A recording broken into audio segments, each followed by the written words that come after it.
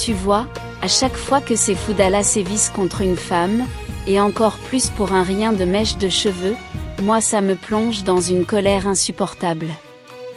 Au point de souhaiter de tout mon être qu'on les éradique tous sans exception. Mais toujours je finis par me dire qu'après tout ce n'est pas tout à fait leur seule faute à eux, à ces obscurantistes. C'est qu'ils ne font rien d'autre que d'obéir à la parole de leur Allah. Parole qu'ils connaissent par cœur, et qui forcément y trouvent toutes les justifications divines à leur haine contre les femmes. C'est ce qu'Allah a écrit noir sur blanc dans son livre qui, soit dit en passant, fait autorité divine et donc non discutable ni négociable aux yeux de tout musulman, qu'il soit modéré ou beaucoup moins et moins encore si affinité. Dans son divin traité donc, Allah recommande vivement à ses fidèles de battre leurs femmes, rien que s'ils soupçonnent un risque de désobéissance de leur part. J'ai bien dit « battre », « frapper », et non « sermonner », j'ai bien dit « soupçonner », et non « constater », et j'ai bien dit « risque », et non « acte ». Et pas la peine que je te fasse la longue liste de ces interminables diatribes, où il répète à l'obsession que les hommes sont supérieurs aux femmes. Et que donc toutes conséquences doivent en découler, entre autres sur la question de l'héritage, où une femme n'a que la moitié d'un homme. Ou encore la question du témoignage, et là, je n'ose même pas transcrire ce qu'Allah et les siens en disent, du témoignage d'une femme, oh là là. Tu vois, c'est ça qui me fait croire que certainement Allah a dû avoir une mauvaise expérience avec je ne sais quelle autre déesse dans l'une de ses vies antérieures. Autrement d'où ça lui viendrait ce tant de haine envers les femmes? Mais avant tout, il faut que tu aies une vue d'ensemble sur ce qui s'est passé en ce temps-là. Bref, je poursuis. Et donc, acculé dans solitude, Allah crée un homme. Et à mon avis, il l'a fait parce qu'il devait s'emmerder à mort, à être seul et éternel.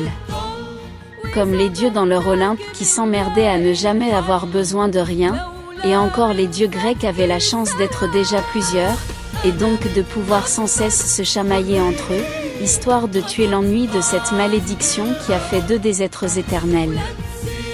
Mais lui, c'est loupé pour lui, il était éternellement seul à seul.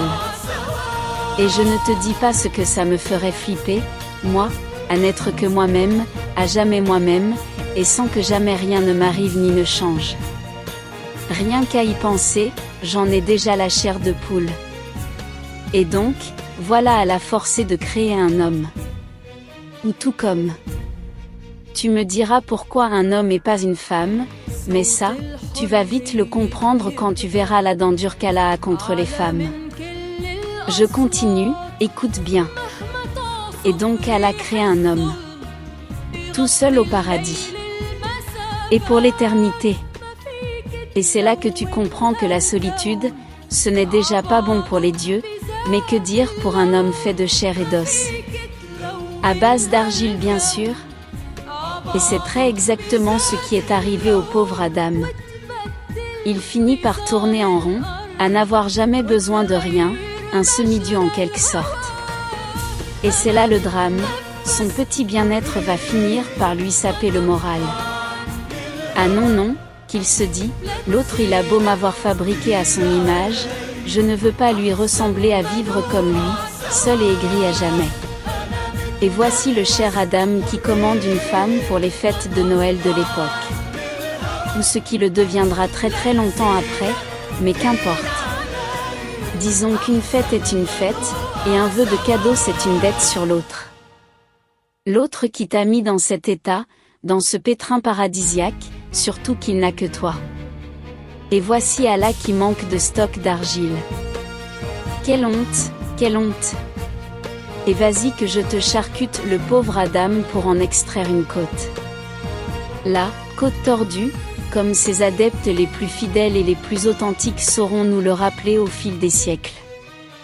Et tu imagines bien qu'Allah devait déjà lui en vouloir de lui avoir forcé la main pour lui créer une femme. Et en plus, c'est cette même femme qui va faire foirer ses projets éternels. Du genre, tu l'entends souffler à l'oreille d'Adam, mais pourquoi il l'aurait créé, ce putain de pommier, si ce n'est pour qu'on s'en serve, hein? Je vous le répète, c'est tout ce qu'elle a dit, rien de plus. Évidemment elle est bien trop maligne, moi aussi je m'y mets, disons qu'elle n'est si bête pour passer d'elle-même à l'acte. C'est mieux de laisser faire Adam, l'homme n'est-ce pas, et voir ce qu'il pourrait en découler.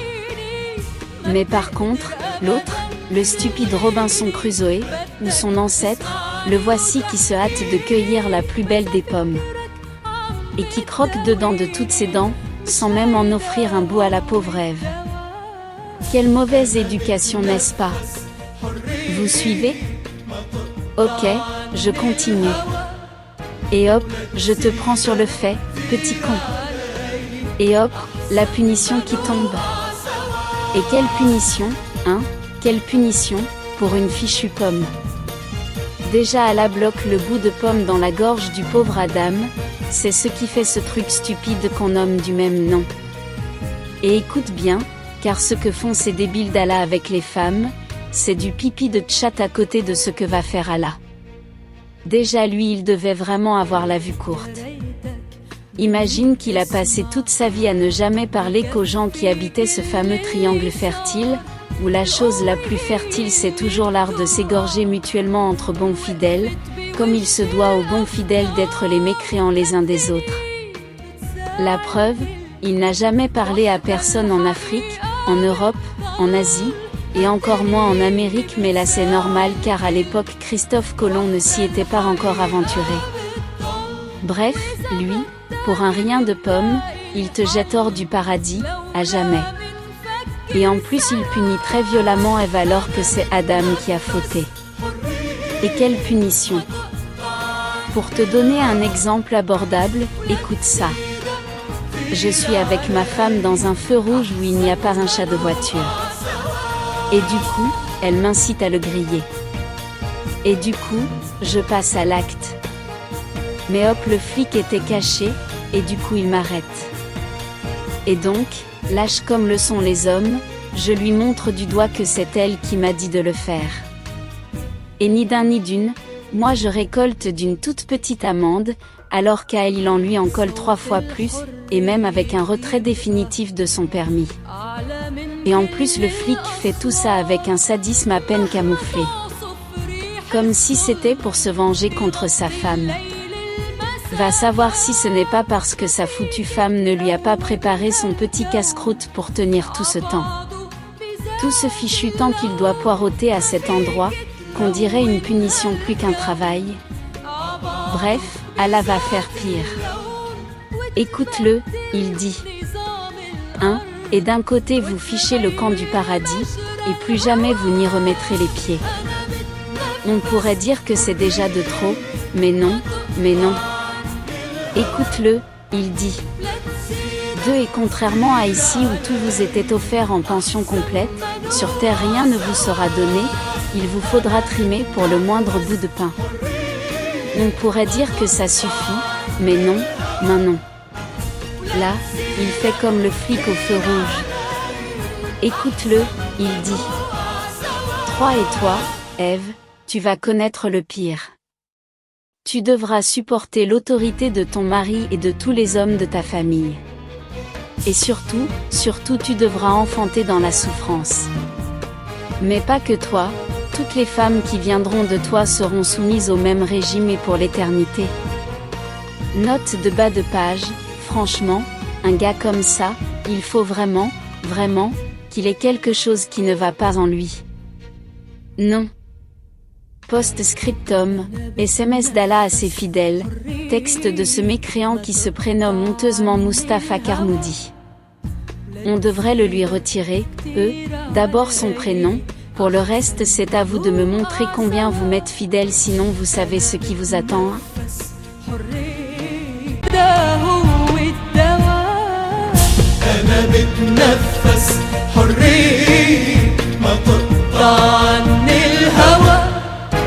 ولا تزيد كتير علي أحسن ما نوقع سوا.